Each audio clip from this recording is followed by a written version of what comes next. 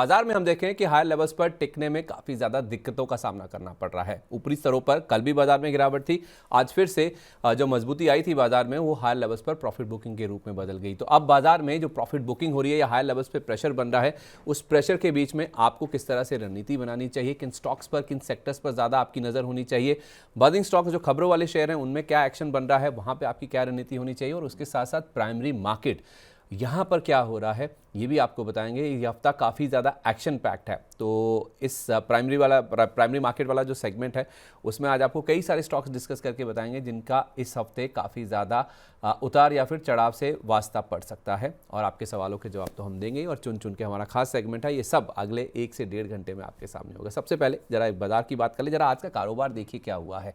आज हुआ क्या है, बाजार में ऊपरी स्तरों से प्रेशर बनता हुआ दिखा है। आज हम कमज़ोर शुरुआत के बाद ऊपरी स्तरों से निचली स्तरों से बाजार में थोड़ी सी रिकवरी आई, लेकिन बाद में ऊपरी स्तरों से प्रेशर भी बन गया।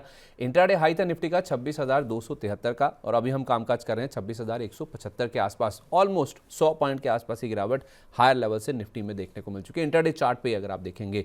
दूसरी ओर अगर आप बैंक निफ्टी की तरफ आएंगे तो आपको आउट परफॉर्मेंस नजर आएगा। कल की गिरावट से ये उभरता हुआ दिखा है, और इंडेक्स में आप देखेंगे फिलहाल भी करीब 150 पॉइंट के आसपास की बढ़त बची है। ऊपरी स्तरों से ये भी हल्का हुआ है, लेकिन हायर लेवल से थोड़ी सी प्रॉफिट बुकिंग के बाद अभी भी 150 पॉइंट के आसपास की तेजी यहां पे बची हुई है। Mid cap small cap index जो ब्रॉडर मार्केट है, जो बाजार की नब्ज को बताते हैं, उसको आप देखेंगे ना तो करीब आधे % तक का या 1/4 से आधे % तक की गिरावट इन दोनों इंडाइसिस में भी आज साफ तौर पे देखने को मिले। तो हायर लेवल से जो बाजार में प्रेशर बना उसका जो इम्पैक्ट है वो छोटे मझोले जो ब्रॉडर मार्केट्स हैं उन पे भी साफ तौर पे देखने को मिला। और दिग्गजों को पे जो प्रेशर बना है ना, या निफ्टी पे जो दबाव बना है, उसमें ज़्यादा हाथ है 2 दिग्गजों का, रिलायंस इंडस्ट्रीज और HDFC बैंक। HDFC बैंक तो कल से ही गिर रहा है, रिलायंस में कल हमने नया रिकॉर्ड हाई बनता हुआ देखा था। इन दोनों हैवी वेट्स में जिनका इंडेक्स में वेटेज ज़्यादा है उन पे हमने आज काफ़ी दबाव बनता हुआ दिखा, और यही कारण है कि हायर लेवल्स पर बाजार सस्टेन नहीं कर पाया। लेकिन इसके विपरीत आप देखेंगे तो मेटल शेयरों में दमदार एक्शन जारी है, आज से नहीं कई दिनों से जारी है, और आज भी आप देखिए मेटल इंडेक्स में 1% से ज़्यादा की मजबूती देखने को मिली है। नालको, हिंडाल्को, हिंदुस्तान कॉपर, कई ऐसे नाम हैं जिनमें रिकॉर्ड रन आपको जारी रहता हुआ दिख रहा है। तो फिर इस बाजार में आपको करना क्या चाहिए, कैसे रणनीति बनानी चाहिए, इस पर बातचीत करते हैं। हमारे साथ PSD कैपिटल के founder and CEO Pradeep Haldar ji Kolkata से आज जुड़ चुके हैं, उनके पास चलते हैं। प्रदीप सर, बहुत स्वागत है आपका, वेरी गुड आफ्टरनून। हाँ, हाय, गुड आफ्टरनून संदीप जी, आपको एंड मनी नाइन्स के सारे व्यूअर्स को।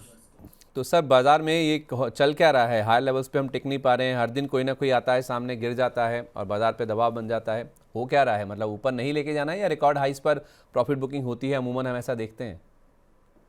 सर, मार्केट को ऊपर ही जाना है, लेकिन ऑल्ट और लास्ट बार भी हमने देखा था कि मार्केट जब भी और 52 मार्केट और इंसान को, आदमी को ऊपर ही जाना है आखिर तो है।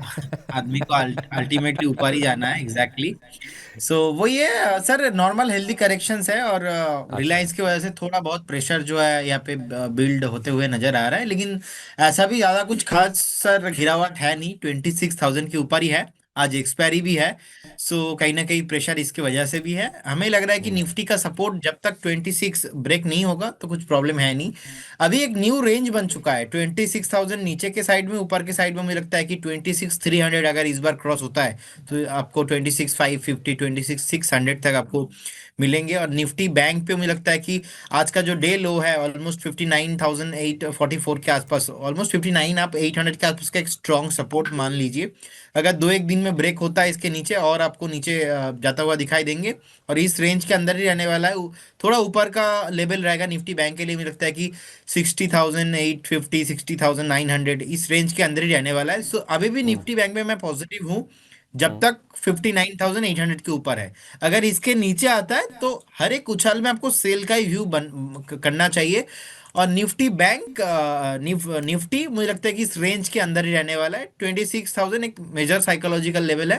अगर इसके नीचे चला जाता है तो अगेन आपको 25,750 25,600 के आसपास आते हुए दिखाई देंगे। इस रेंज के अंदर ही रहने वाला है फिलहाल अभी तो आज। चलिए ठीक है, आपको एडवांस डिक्लाइन बता दूं, NSE पे अगर आप आएंगे ना तो आपको दिखेगा 1170 शेयरों में बढ़त है, तो उसके सामने 1833 शेयरों में गिरावट है। तो ऑलमोस्ट आप कह सकते हैं एक शेयर चढ़ने वाले के सामने 2 शेयर ऐसे हैं, लगभग 2 शेयर ऐसे हैं जहां पे हम गिरावट देख रहे हैं। तो मूड माहौल बाजार का थोड़ा सा बिगड़ता हुआ दिखा है। इस माहौल में अगर आप निफ्टी का एडवांस डिक्लाइन देखेंगे, यानी कि निफ्टी के चढ़ने गिरने वाले शेयरों की बात करें ना, तो 50 में से निफ्टी के 29 शेयर आपको फिलहाल ऊपर नजर आएंगे और 21 शेयर नीचे नजर आएंगे, लेकिन 21 शेयरों में दबाव ऐसा है, वो इनका वेटेज इतना है कि फिर बाजार आप दिशा देखेंगे उसकी नीचे की तरफ है। जो चढ़ रहे हैं उसमें अपोलो हॉस्पिटल आज लीड कर रहा है, 3% के आसपास के गेंस हैं। बजाज ऑटो ने आज अपना नया 52 वीक हाई टच किया है। कल दिसंबर ऑटो बिक्री जो नंबर्स आए थे उसके बाद एक ब्रोकर की रिपोर्ट आई है, उससे दमखम बना है। ICICI bank, Hindalco, HDFC life ये भी 2.5 से 2.25% के आसपास की मजबूती दिखा रहे हैं। तो एचडीएफसी बैंक नीचे है लेकिन आईसीआईसीआई बैंक सपोर्ट कर रहा है, जिस वजह से आप देखिए निफ्टी बैंक में अभी भी बढ़त के साथ ही कारोबार होता हुआ दिख रहा है। अब निफ्टी के अगर आप लूजर्स की बात करें, कौन दबाव बना रहा है, तो रिलायंस ऑब्वियस सा नाम है, वो आपको आज लूजर्स की श्रेणी में दिखेगा ही। ये करीब 4.5% नीचे, इतना बड़ा इंडेक्स का स्टॉक, वेटेज इतना ज़्यादा है, उसके बावजूद आप देखिए 4.5% का फॉल, तो फिर इंडेक्स पे प्रेशर आना तो लाजमी है। फिर उसके साथ साथ ट्रेंड को देखिए, जिसके बिजनेस अपडेट्स बाजार को पसंद नहीं आए, 7.5% से ज़्यादा की गिरावट है। टाटा मोटर्स पीवी, उनके कुछ जेएलआर के नंबर्स आए हैं, अपडेट आया है, जिसका इंपैक्ट हम देख रहे हैं कि स्टॉक में नेगेटिव साइड पर दिख रहा है। रिलायंस के साथ साथ जियो फाइनेंशियल, ये भी भाई साहब आज 2% नीचे है और आईटीसी पे भी 2% का प्रेशर साफ तौर पे दिख रहा है। नया 52 वीक लो आज स्टॉक ने टच किया है, इसकी आगे हम चर्चा करेंगे भी। लेकिन मिड कैप साइड में आइए, जैसे मैंने आपको कहा मिड कैप स्मॉल कैप में आज 1/4 से ½ % तक की गिरावट है। मिड कैप गेनर्स की बात करेंगे तो नालको, ये तो नाम है ही है, जो कि एक pick of the year, sir आप ही ने मुझे बताया था, मैं आगे इसकी चर्चा करता हूँ। यूनियन बैंक, बिजनेस अपडेट्स आने के बाद से लगातार ये स्टॉक ऊपर है। फोर्टिस हेल्थकेयर में 2% के गेंस है। इंडसइंड बैंक के एडवांसेस और जो डिपॉजिट्स हैं वो गिर कर आए, उसके बावजूद शेयर 2% ऊपर है। ये अपने आप में देखने वाली बात है। और मैक्स फाइनेंशियल में भी करीब 1.5% के आसपास के गेंस हैं। मिड कैप लूजर्स की बात करें तो यहाँ आपको कुछ इंटरेस्टिंग नाम नजर आएंगे। मिड कैप लूजर्स की श्रेणी में देखें तो आपको जो पहला नाम दिखेगा आज के लिए वो है स्विगी का। 4% से ज़्यादा का फॉल है इसमें। स्विगी और आप इंटरनल को देखेंगे, दोनों पे ही प्रेशर देखने को मिल रहा है। जो गिग वर्कर इकॉनमी को लेकर डिबेट चल रहा है, उसके बाद से विशाल मेगा मार्ट, प्रीमियर एनर्जीज और वारी एनर्जीज तो कल भी 5 से 7% गिरे थे, आज भी देखिए इनमें हमने गिरावट ही बनती हुई दिखी। और गॉडफ्रे फिलिप्स 3% नीचे, आईटीसी भी गिरा है और गॉडफ्रे फिलिप्स में भी प्रेशर है। और विशाल मेगा मार्ट 3.5% का फॉल फिलहाल दिख रहा है। स्मॉल कैप इंडेक्स आपको मिड कैप के मुकाबले ज़्यादा गिरा हुआ नजर आएगा। इसमें अगर आप गेनर्स की सूची देखेंगे ना तो शंकरा बिल्डिंग प्रोडक्ट्स 15% का आज अप मूव स्टॉक में दिख रहा है। बेस्ट एग्रो लाइफ की डबल डिजिट गेंस है 11%। बिस जीवीएस फार्मा ऊपर है। राजू इंजीनियर्स पिछले 2-3 दिन से गेनर लूजर्स की श्रेणी में है, आज भी 11% ऊपर है। और कामधेनु वेंचर्स यहाँ पे भी आपको दिखेगा 10% से ज़्यादा का अप मूव। इसके साथ साथ आप देखें तो लूजर्स की श्रेणी में अगर आप आ जाएंगे तो स्मॉल कैप लूजर्स में आप देखिए आज के सेशन में जो स्टॉक्स आपको दिखेंगे उसमें इंडियन मेटल्स एक स्टॉक है। इंटरेस्टिंगली 11% का डाउनफॉल है इसमें। वी मार्ट रिटेल, अभी हमने विशाल मेगा मार्ट देखा, वी मार्ट रिटेल में भी हम देख रहे हैं कि जो बिजनेस अपडेट्स आ रहे हैं ना इन कंपनियों के, उसके बाद प्रेशर साफ तौर पे बन रहा है। कामधेनु नीचे है। सीएसबी बैंक में जो इनके गोल्ड लोन के नंबर्स आए थे उसके बाद 14% का अप मूव हमने कल देखा था, आज आ गई इसमें मुनाफा वसूली करीब 4.5% के आसपास की। और RACL गियर टेक एक और छोटा स्टॉक है, कंपनी है, जिसमें हम 4.5% के आसपास की फिलहाल गिरावट देख रहे हैं। सर नालको से अगर हम शुरुआत करें, आपने मुझे याद है ये पिक ऑफ द ईयर या न्यू ईयर पिक के तौर पे दिया था और ज़बरदस्त स्टॉक चला है सर उन लेवल से भी। और वो सर हमने एक छोटा सा ना इसको रील कटवा के लगवाया था, 7.5-8 लाख के आसपास का नंबर सर उसमें आ चुका है। ज़बरदस्त चला वो सर, वो जो हमने छोटा सा चंक या कहिए या रील कटवाई थी। तो नालको में सर वो चंक तो चला ही चला, स्टॉक भी बहुत ज़्यादा चल रहा है। और कितना दमखम है सर नालको के शेयर में? 400 एंड अबव जाने के लिए रेडी हो रहा है। और ये तो बस शुरुआत हुआ है। और मुझे लगता है कि 2026, मैंने 1 साल के लिए आपको बताया था, वही जब जब आई थिंक हमने बताया था 315-20 के आसपास, आई थिंक 315 के आसपास था, 313-15 के आसपास एग्जैक्टली, मुझे प्राइस तो याद नहीं है अभी। लेकिन जिस तेजी के साथ ये ऊपर जा रहा है, 400 एंड अबव जाने के लिए रेडी हो रहा है, तो बिल्कुल बने रहिए, इसमें कोई प्रॉब्लम नहीं है। Continuously higher high formation 2026 Nalco का रहने वाला है। इनफैक्ट हम कह सकते हैं सर कि ये stock pick of the year नहीं बल्कि ये तो धुरंधर शेयर है। मतलब जिस तरह के रिकॉर्ड्स धुरंधर ने तोड़े हैं, इंडिया में तो सबसे ज़्यादा कलेक्शन वाली पिक्चर बन गई अब ये बॉलीवुड की। तो उस हिसाब से तो सर ये मतलब 400 अगर हो जाएगा तो नीचे से ज़रा दिखाइए, एक 3 महीने का चार्ट इसका कर दीजिए, तो कहाँ से चलना शुरू हुआ था उससे आप अंदाज़ा लगा लीजिएगा। अगर ये 400 जाना है, देखिए कहाँ से इसका रन अप शुरू हुआ था और ये 400 की तैयारी जारी है। इसमें लगातार अपवर्ड मूविंग ये स्टॉक आपको दिख रहा है। और यहाँ से भी 400 कितना कॉन्फिडेंटली सर आपने बोल दिया, तो ये तो नया धुरंधर है जो कि आपके पोर्टफोलियो में होना ही चाहिए था नए साल की जहाँ तक बात है। चलिए अब हम दर्शकों के सवालों की ओर बढ़ते हैं। जो दर्शक हमारे साथ जुड़ रहे हैं उनके सवाल ले लेते हैं। बहुत सारे दर्शक हैं जो हमारे साथ जुड़े हुए, पहले प्राइम मेंबर्स की बात कर लेते हैं। इनफैक्ट अगर आप भी अपना सवाल पूछना चाहते हैं ना तो आपके पास मल्टीपल ऑप्शन है। एक नंबर आप नोट कीजिए 9311121874, जो आपको ऊपर स्क्रीन पे चलता हुआ भी दिखेगा। वो नंबर आपको दिखा भी देते हैं, हमारा ये व्हाट्सएप नंबर है। आप चाहें तो इस पर कॉल भी कर लीजिए या व्हाट्सएप के ज़रिए अपने सवाल भेज दीजिए, हम आपके सवाल ले लेंगे। आप चाहें तो कॉल करके भी हमारे साथ जुड़िए और अपने सवाल ईमेल आईडी के ज़रिए भी भेज सकते हैं। ये ईमेल आईडी आपके सामने है, 29tv9.com पे जो आप सवाल है अपने भेज सकते हैं। और प्राइम मेंबर्स के सवाल से मैं शुरू कर रहा हूँ। सबसे पहले मेरे सामने ब्रजेश पांडे जी का सवाल है। वो कह रहे हैं कि जीएम ब्रिवरीज के सर 100 शेयर है मेरे पास 1200 रुपये के रेट पर। आज रिजल्ट्स आने वाले हैं, 6 तारीख है।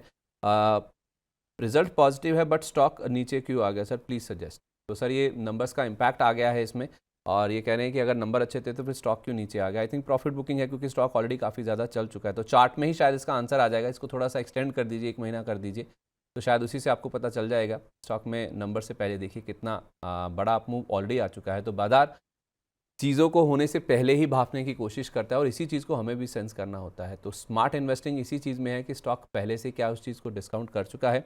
ओवर टू यू सर, क्या यही रीज़न है कि पहले चल चुका है शेयर? एग्जैक्टली और वही सेंस के साथ हमने आई थिंक 20 दिसंबर या तो 22 दिसंबर के आसपास से आपकी के शो में मैंने कॉल भी दिया था। उस दिन हम्म 10% चला, उसके सेकेंड दिन हमने देखा और 10-15% चला।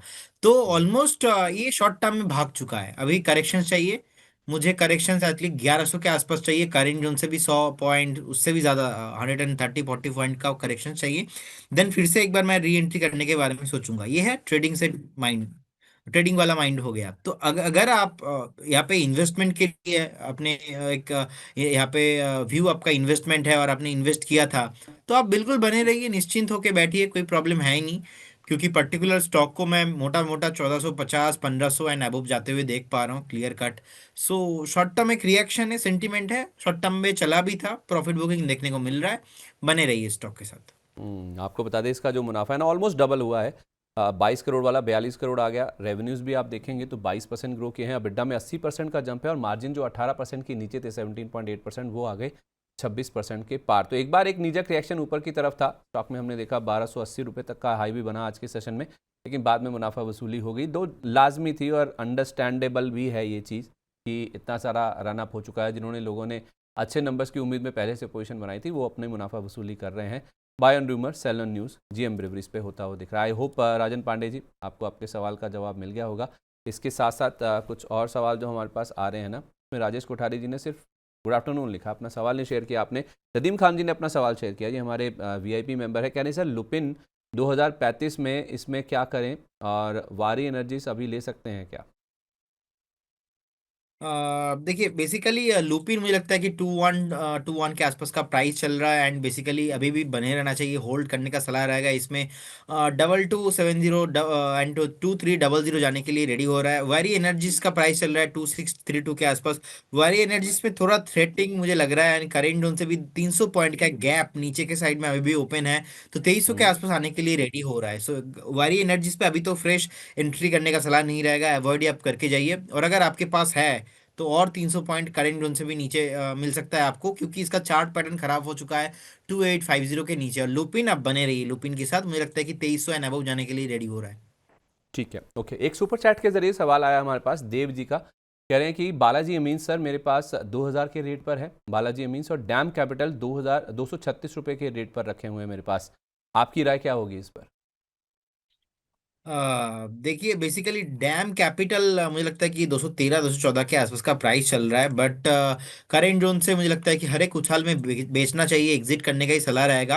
हम्म 213-14 के आसपास का प्राइस चल रहा है। कभी भी अगर आपको 220-225 के आसपास मिले तो एग्जिट करने का सलाह रहेगा। और सिमिलर व्यू है बालाजी एमाइनेस लिमिटेड, राइट? यही स्टॉक बताया ना आपने? हाँ, Balaji amines sir ji. Okay amines. Okay. So अभी 1070 के आसपास का प्राइस चल रहा है, एंड मुझे लगता है कि सर एक स्ट्रिक्टली स्टॉप लॉस आपको यहाँ पे 1050 के आसपास मेंटेन करना चाहिए, क्योंकि मैं ज़्यादा हम्म इससे नीचे नहीं इसको होल्ड करने का सलाह दूंगा। कभी भी अगर इसके नीचे आता है तो आपको एग्जिट करके निकल जाना चाहिए। लगातार स्टॉक हमने देखा कि ऊपर से एक डाउन ट्रेंड में है। हर एक टाइम फ्रेम में ये नेगेटिव ही है, डेली वीकली मंथली तीनों टाइम फ्रेम में। तो बिल्कुल होल्ड मत कीजिए, मैक्सिमम आप 1050 के आसपास का एक स्टॉप लॉस मेंटेन कीजिए, बने रहिए। अगर कभी भी ट्रिगर होता है एग्जिट करने का सलाह रहेगा, और फ्रेश बाय तो बिल्कुल नहीं करना है अभी। हम्म ठीक है, ओके, परफेक्ट है। तो ये हो गई बात इस स्टॉक को लेकर, बालाजी अमीन्स, और उसके साथ साथ जो दूसरा शेयर हमने डिस्कस किया है वो है डैम कैपिटल का। सर, लुपिन फार्मा, इस पर आपकी राय मुझे चाहिए थी। 2035 वाला जो क्वेश्चन पूछा था इन्होंने, नदीम खान जी ने। लुपिन, हाँ लुपिन तो सर ऑलरेडी वी डिस्कस ना। अच्छा, ठीक है, ओके, परफेक्ट है। इसके अलावा ना सर, बाकी जो सवाल आ रहे हैं ना, उसमें ना लिस्ट बहुत तेज़ी से अपडेट हो रही है सर। मैं एक दो बार तो इसको अपडेट कर चुका हूँ, सवाल बहुत ज़्यादा आ रहे हैं। अरुण यादव जी का एक सवाल मेरे सामने आ गया। अभी हमने सर जीएम ब्रेवरीज की बात करी, ग्लोबल स्पिरिट्स को लेकर सवाल आ रहा है। ग्लोबल स्पिरिट्स ले रखा है, कह रहे हैं कि 1040 के रेट पर, और एस्टर डीएम ले रखा है 640 के प्राइस पर। अब क्या करूँ, आप बताइए। देखिए ग्लोबल स्पीड सर, मुझे लगता है कि अभी तो प्राइस चल रहा है 1151 के आसपास बने रही है। अभी भी रेजिस्टेंस है ऑलमोस्ट 1230 1250, उससे पहले नहीं है। और उसके बाद भी मुझे लगता है कि थोड़ा टाइम अगर आप देंगे तो 1250 के ऊपर आपको एक ब्रेकआउट आते हुए बिल्कुल दिखाई देंगे, क्योंकि विंटर सेशन भी है और ये स्टॉक चला भी है, लेकिन और चलेंगे। और सेकंड आपने बताया स्टार डीएम हेल्थ केयर, इसमें 620 के आसपास है, बहुत बढ़िया एक पोजीशन में है, बाइंग जोन के आसपास है। मुझे लगता है कि इसको बाई भी करना चाहिए for the mid to long term. At least अगर आपके पास 6 महीने का व्यू है तो 620 के आसपास का प्राइस चल रहा है। एक स्टॉप लॉस आप मेंटेन कीजिए 560 में, करंट जोन से बाई करके जाइए। 6 महीने का व्यू रहेगा। अगेन आपको स्टॉक पहला टारगेट रहेगा 680 एंड सेकंड टारगेट मुझे लगता है कि 725 and above all time high पे आपको आते हुए दिखाई देंगे। ओके, ठीक है, परफेक्ट है। राजेश कोठारी जी कह रहे हैं sir, I want to review my portfolio. I am a long term investor. मेरे पास HCL टेक है, HDFC बैंक है, Hyundai है। आई एम इन प्रॉफिट 20 से 24% in all the stocks. Please suggest, all are good to hold. Sir, HDFC bank आप hold कर लीजिए, मैं आगे आपसे बात करता हूँ बजिंग स्टॉक्स में। इसका कुछ कारण है, कुछ खबरें हैं जो कि स्टॉक को लेकर डिस्कस करना इंपॉर्टेंट है। तो आप HCL टेक और Hyundai, इनमें इनको प्रॉफिट हो रहा है 20 से 40% का। ये पूछ रहे हैं कि क्या अभी भी होल्ड करना चाहिए या फिर इनमें मुनाफा वसूली कर लेनी चाहिए। कि मुझे लगता है कि एसीएल का भी उतना इंक्रीज हुआ नहीं है प्राइस, आपको और भी ऊपर का प्राइस मिलेंगे। और क्योंकि आईटी अभी उतना रैली हुआ नहीं, तो 1618 के आसपास का प्राइस है, इजीली आपको 1800 एंड अबव प्राइस मिलेंगे अगर आप 2-3 महीना वेट करते हो तो होल्ड करने का सलाह रहेगा। हुंडई मोटर्स हमने देखा शॉर्ट टाइम में एक ब्रेकआउट भी आया था, और आई थिंक उस दिन हम डिस्कशन भी कर रहे थे, इवनिंग का टाइम था और पहली बार आईपीओ हाई के ऊपर सस्टेन हो रहा था। आज से 3-4 महीना पहले का बात कर रहा हूँ मैं। और आप ही के साथ संदीप शो हो रहा था 2000 के आसपास का, हमने डिस्कशन किया, उसके बाद हमने देखा टॉप बना के आया हुंडई मोटर्स ऑलमोस्ट 2900 के आसपास। अभी अच्छा खासा करेक्शन जितना होना था शॉर्ट टाइम फ्रेम में हो चुका है, 2300 के आसपास का भाव है। बने रहिए, अगेन आपको 2-3 क्वार्टर टाइम देंगे, 2900 एंड 3000 एंड अबव आपको प्राइस आते हुए दिखाई देंगे। ठीक है, ओके, तो बने रहिए। हिंडो पे तो सर हमने पहले भी कई बार डिटेल में डिस्कशन किया है, तो अभी भी आप कह रहे हैं कि इसमें बने रहिए। ऊपर में और भी ऊपर अच्छे लेवल्स देखने को मिल सकते हैं। HDFC बैंक में सर होल्ड कर रहा हूँ, HDFC बैंक में आगे डिस्कस करता हूँ। मैंने इनका सवाल नोट भी कर लिया है, तो मैं बजिंग स्टॉक्स में ज़रूर राजेश जी आपका सवाल वहाँ पे कंसिडर करता हूँ। इसके अलावा बिमलेश कुमार जी का सवाल है, जीएम ब्रिवरीज मेरे पास कह रहे हैं कि 1228 के रेट पर है, क्या करना चाहिए। तो अभी हमने जीएम ब्रिवरीज डिस्कस किया ही, जिसके नंबर्स आए भी हैं। सर, एक प्रीतम सिंह जी का सवाल है, ये हमारे प्राइम मेंबर है, कह रहे हैं जीना सीखो मेरे पास 427 पे है। जीना सीखो लाइफ केयर, आई थिंक इसका नाम है पूरा। और विद्या वायर है सर इनके पास 71 रुपये के रेट पर। तो विद्या वायर, हाँ, विद्या वायर हम आगे डिस्कस कर लेते हैं सर आईपीओ वाले सेगमेंट में। आप जीना सीखो लाइफ केयर 427 पे इनका है सर। इसको ज़रा अगर आप एड्रेस कर दें। जीना सीखो सर, राइट। जीना सीखो, J okay, I first of an all J sir, W N हाँ ए हाँ मिल गया। मिल गया सर। मिल गया सर। देखिए यहाँ पे ज्यादा वॉल्यूम नहीं आता, मैं बोलूंगा अभी यहाँ पे आप स्ट्रिक्टली एक स्टॉप लॉस मेंटेन कीजिए 500 के आसपास। अगर अभी 665 के आसपास चल रहा है, 500 में लंबा इसलिए स्टॉप लॉस दे रहा हूँ क्योंकि उससे पहले कोई सपोर्ट मैं ढूंढ नहीं पा रहा हूँ वीकली चार्ट में। तो 505 520 एक रेंज है, इस रेंज के आसपास सपोर्ट है। आप अगर लॉन्ग करना चाहते हो तो मैं बोलूंगा एक बार आप यहाँ पे स्ट्रिक्टली एक स्टॉप लॉस भी फॉलो कीजिए। और फटाफट मैं एक बार इसका ना मार्केट कैप भी देख लेता हूँ सर, क्योंकि ऐसे स्टॉक में ज्यादा मार्केट कैप होते नहीं है। 8,000 करोड़ के आसपास का मार्केट कैप है, ठीक ठाक है, बने रहिए लेकिन स्ट्रिक्टली स्टॉप लॉस के साथ। मेरा रडार पे नहीं रहता, हमारे कवरेज में नहीं है, तो इसलिए मैं इसको अभी बाय करने का सलाह नहीं दूंगा। एटलीस्ट मुझे थोड़ा और टाइम चाहिए इसको स्टडी करने के लिए। ओके, ठीक है, परफेक्ट है। तो विद्या वायर का सवाल मैंने नोट कर लिया है, मैं आगे डिस्कस करता हूँ सर, जब हम आईपीओ वाला सेगमेंट डिस्कस करेंगे, क्योंकि हाल ही की लिस्टिंग है, इस पर आज कुछ स्पेशल डेटा आपके सामने लेकर आएंगे। बीरबल यादव जी का सवाल जीएम ब्रेवरीज पर है, 1235 पर ले रखा है सर। अभी हमने करा ही है डिस्कस जीएम ब्रेवरीज, तो आपको आई थिंक अगर आप हमारे साथ हैं तो अपने सवाल का जवाब आपको मिल गया होगा। इसके अलावा टाटा स्टील को लेकर रमेश चौहान जी का सवाल है। कुछ दर्शक हमारे ये भी पूछ रहे हैं कि लाइव चल रहा है क्या। आई थिंक कुछ टेक्निकल ग्लिच है, कुछ आईटी का प्रॉब्लम है, जिस वजह से जो एग्जैक्टली शो है ना, वो आपको नहीं दिख पा रहा है यूट्यूब पर। कुछ यूट्यूब का प्रॉब्लम है जिस वजह से आप नहीं देख पा रहे हैं। हम माफ़ी चाहते हैं जो आपको दिक्कत हुई है या फिर जो असुविधा हो रही है उसके लिए। लेकिन the show must go on, तो शो हम कर रहे हैं। तो अगर आप ये शो नहीं देख पा रहे हैं, किसी कारणवश आप तक नहीं पहुंच पा रहा है वीडियो, तो हम इसको बाद में आपके लिए फिर से ये शो लगवा देंगे, ताकि आप इसे बाद में जाके देख सकें। रमेश चौहान जी का सवाल सर टाटा स्टील को लेकर है। कह रहे हैं कि मेरे पास 171 पर रखे हुए हैं, क्या करें? इसका टारगेट बताइए या फिर मैं इसमें से निकल जाऊं। देखिए टाटा स्टील बेसिकली देखेंगे 180 के ऊपर का भी प्राइस चल रहा है, 187 के आसपास का प्राइस है, and recently all time high के आसपास आ चुका है। तो मुझे लगता है कि बने रहना चाहिए। स्टॉक यहाँ से भी 225 एंड 230 जाने के लिए रेडी हो रहा है। फंडामेंटल भी स्ट्रांग है। और डिस्क्लेमर देना चाहूंगा, हमारे पर्टिकुलर स्टॉक हमारे मॉडल पोर्टफोलियो में भी ऑलरेडी हमने डाला है 165 160 के आसपास से। तो स्टॉक मैं इजीली देख पा रहा हूँ कि 225 230 जाने के लिए रेडी हो रहा है। बिल्कुल अगर किसी के पास पोर्टफोलियो में है तो होल्ड करने का ही सलाह रहेगा। हम्म, ठीक है, ओके, परफेक्ट है। ये भी हो गया टाटा स्टील की जहाँ तक बात है। जीएम ब्रेवरीज को लेकर सर बहुत सारे सवाल आ रहे हैं, बहुत सारे सवाल आ रहे हैं। तो इसके अलावा एक सिद्धार्थ नाथ जी का सवाल है, कह रहे हैं कि सर मुझे एक तो जेबीएम ऑटो बाय करना चाहता हूँ मैं, इसका मुझे शॉर्ट टर्म का और लॉन्ग टर्म का टारगेट बताइए, और आपका व्यू भी बताइए कि क्या सही है जेबीएम ऑटो में इस समय एंटर करना। देखिए मुझे लगता है तो कंसोलिडेशन रेंज पे है, और ब्रेकआउट 750 है ना, वो भी पॉसिबल है। उससे पहले सर हमें लगता है कि एक बार यहाँ पे पोजीशन बिल्ड नहीं करना चाहिए। अच्छा, ठीक है, परफेक्ट है। दालमिया भारत सीमेंट देखिए सर, और एक्सिस बैंक देखिए। सौरभ गोयल जी कह रहे हैं कि मुझे इन दोनों स्टॉक्स पर एक महीने का व्यू चाहिए।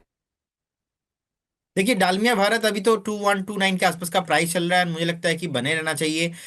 2265 एक रेजिस्टेंस है, और मुझे लगता है कि उसके बाद स्टॉक आपको ऑलमोस्ट 2400 के आसपास का प्राइस मिलने का हाई पॉसिबिलिटीज है। फिलहाल कंपनी का फंडामेंटल भी बहुत बढ़िया है, टेक्निकल सेटअप थोड़ा वीकनेस है।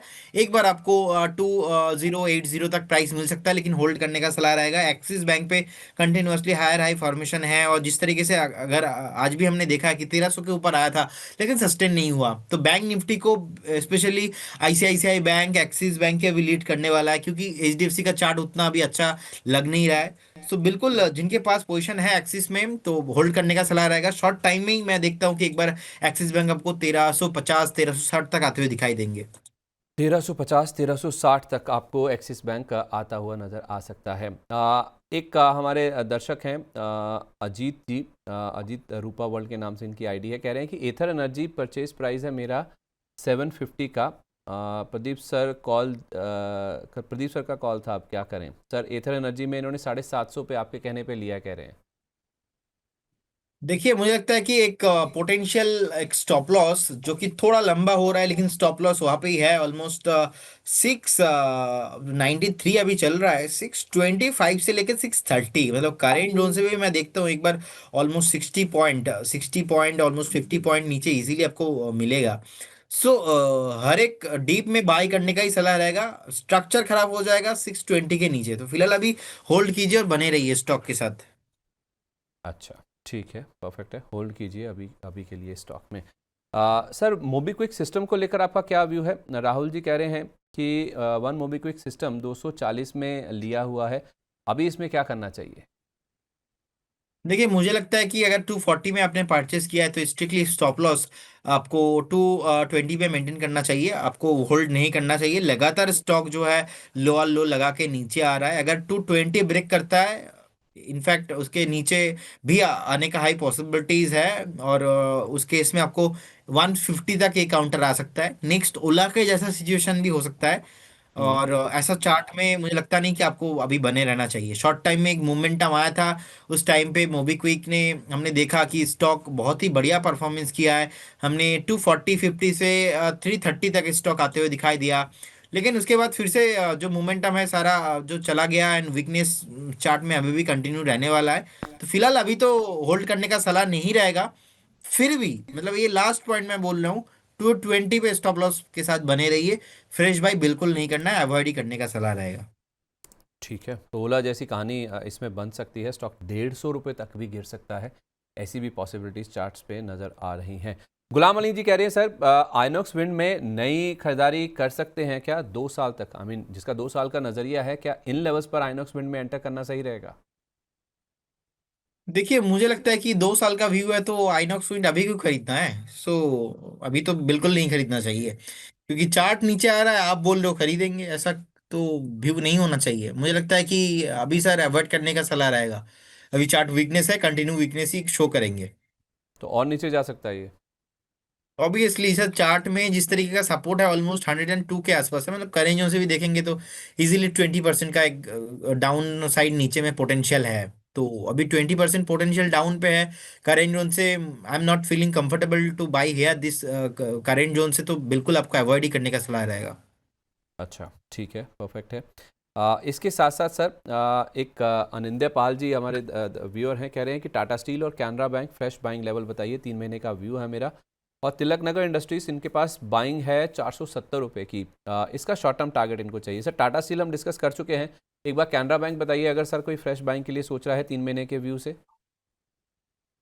अब देखिए कैनरा बैंक सर, मुझे लगता है कि कहीं ना कहीं शॉर्ट टाइम में देखिए ये ऊपर आ चुका है। बाकी अभी तो फिलहाल आप बने रहिए कैनरा बैंक के साथ। हमने रिकमेंड किया था बहुत नीचे का लेवल पे, मतलब वही है दो का माल आप अगर 4 रुपीज पे 5 रुपीज पे ले रहे हो, तो कहीं ना कहीं वो थोड़ा महंगा हो रहा है। तो कैनरा बैंक का सिचुएशन भी ऐसा ही है, बने रहिए। मैं तो सोचता हूँ कि नेक्स्ट 2-3 महीने में कैनरा बैंक अभी भी यहाँ से 195-200 जाने के लिए रेडी हो रहा है। तिलक नगर इंडस्ट्री एक प्रोमिनेंट स्टॉक है, लेकिन कहीं ना कहीं मुझे लगता है कि अभी थोड़ा बने रहने का ही सलाह होगा। जिनके पास पोजीशन है, 454 के आसपास का प्राइस चल रहा है, होल्ड कीजिए। अगेन आपको ऑल टाइम हाई पे आते हुए दिखाई देंगे। इसमें अगर मिनिमम अगर 2 क्वार्टर का टाइम देते हो, 650-700 का पॉसिबल रहेगा टारगेट। हम्म, ठीक है, ओके, परफेक्ट है।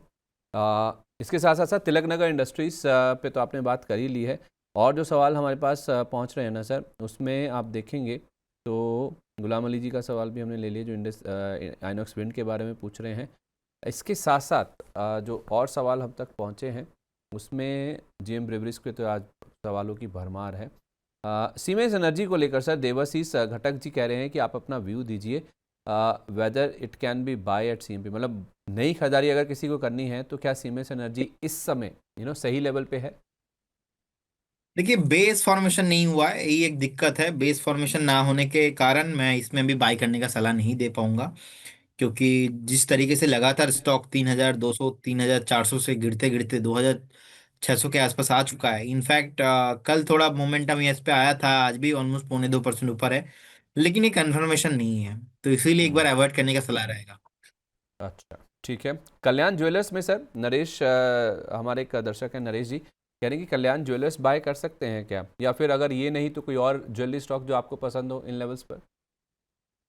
देखिए मुझे ओनली फॉर टाइटन ही अच्छा लगता है, अदरवाइज कल्याण ज्वेलर्स भी अभी जो है इसका चार्ट खराब हो चुका है। हो सकता है कि नेक्स्ट 6-8, खराब नहीं बोल रहा हूँ मैं, 6-8 महीना नहीं चलेगा कल्याण ज्वेलर्स। अभी जिस तरीके से टॉप बना के नीचे आ गया और जिस तरीके का चार्ट पैटर्न है, सो ऐसे बाय करने में 6-8 महीने में ज़्यादा कुछ यहाँ पे आरओआई आप बनेगा नहीं। तो इसीलिए एकदम के लिए अगर लॉन्ग टर्म का व्यू है तभी जाके बने रहिए, अदरवाइज एक बार इग्नोर करने का ही सलाह रहेगा।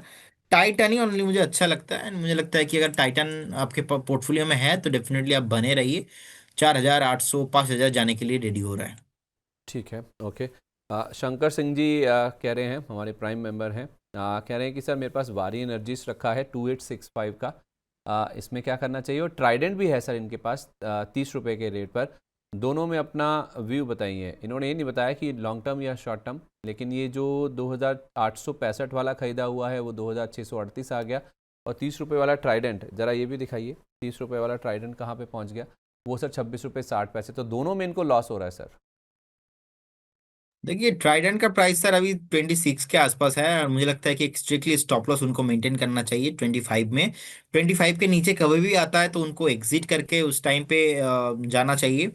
और फ्रेश बाई तो अलाउड इसमें अभी नहीं है, क्योंकि चार्ट खराब है, वीकनेस है चार्ट में। वेरी एनर्जीज ऑलरेडी एक ब्रेकडाउन है, और क्लियर कट यहाँ से भी और नीचे जाने के लिए रेडी हो रहा है। तो मुझे लगता है कि वेरी एनर्जीज का जो सपोर्ट होगा 2350 और 2400, मतलब करेंट जोन से भी उतना नीचे जा सकता है। तो बिल्कुल अभी भी वेरी एनर्जीज को भी होल्ड करने का सलाह, अगर आपके पास लॉन्ग टर्म व्यू है तो रही है। लेकिन और थोड़ा नीचे जाने के लिए मैं देख पा रहा हूँ, फ्रेश बाय तो हम्म। नहीं करना है। ठीक है, लेकिन सर इनके पास तो रखा हुआ है। वही है सर, मैंने वही बताया, अगर आपके पास है तो होल्ड करने का ही सलाह रहेगा। अच्छा। ठीक है। 2300 पे मैं एक बार देख रहा हूँ, 2300 के नीचे पे आपको नहीं वेट करना है। और उनका बाइंग एक ऐसे जगह पे हुआ है ना, मतलब वहां से ही ब्रेकडाउन आया है और उन्होंने उसी जोन से बाई किया है। सो हम्म। वो एक इशू है, चार्ट कंटिन्यूअसली एक ब्रेकडाउन है चार्ट में। और ये वीकनेस कंटिन्यू हो सकता है और आगे भी। ये स्टॉक फिर से मैं कंफर्टेबल रहूंगा बाई करने में, जिस तरीके का रिसेंट पैटर्न फॉर्मेशन हुआ है।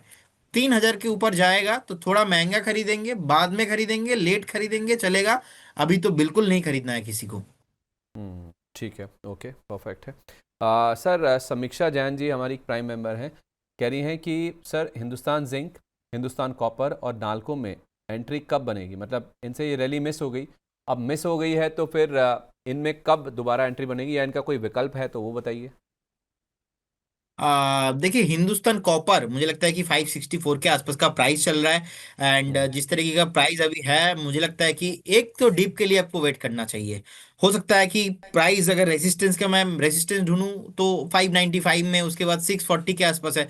तो एक तरफा रैली चल रहा है, तो बट एक तरफा रैली चल रहा है आपको सुनने में अच्छा लगेगा कि मैं आपको बोलूंगा बाय कर लीजिए, वो एक सिग्मा वाला डिसीजन रहेगा, आप यहाँ से बाय करेंगे, कल 4-5% भाग भी जाएगा। लेकिन आपका रिस्क भी आप देखिए, वो रिस्क अभी फेवरेबल नहीं हो रहा है। कॉपर का प्राइस आप देखेंगे कमोडिटी में इतना हायर हाई फॉर्मेशन, आप देखेंगे मंथली चार्ट पे कॉपर का प्राइस, मतलब एक तरफा एक रैली आया है कॉपर में ऐसा। सो कहीं ना कहीं मुझे लगता है कि एक प्रॉफिट बुकिंग तो बनता है। प्रॉफिट बुकिंग अगर करेंगे उनसे एक बार 8-10% का एक करेक्शन हो जाए ना, तो बहुत बढ़िया हो जाएगा। फिर मैं हिंद कॉपर जैसे स्टॉक्स में इंटरेस्टेड रहूंगा। हिंद जिंक मुझे लगता है कि 693 के आसपास का प्राइस चल रहा है। एक बार आपको 580 575 में मिलता है तो आपको फ्रेश बाइंग रहेगा। और Nalco already we recommended, then stock भाग रहा है। नैल्को भी मेरा 400 एंड अबव का टारगेट है। लेकिन ऐसा तो पॉसिबल ही नहीं है कि नेक्स्ट 2-4-5 दिन में 400 के ऊपर चले जाएंगे। तो साइकोलॉजी को समझिए, साइकोलॉजी के बाहर कुछ भी नहीं है। थोड़ा नीचे मिलता है तो लीजिए, अदरवाइज ऐसे जंप होके लेने का कोई मतलब नहीं है, वेट कीजिए।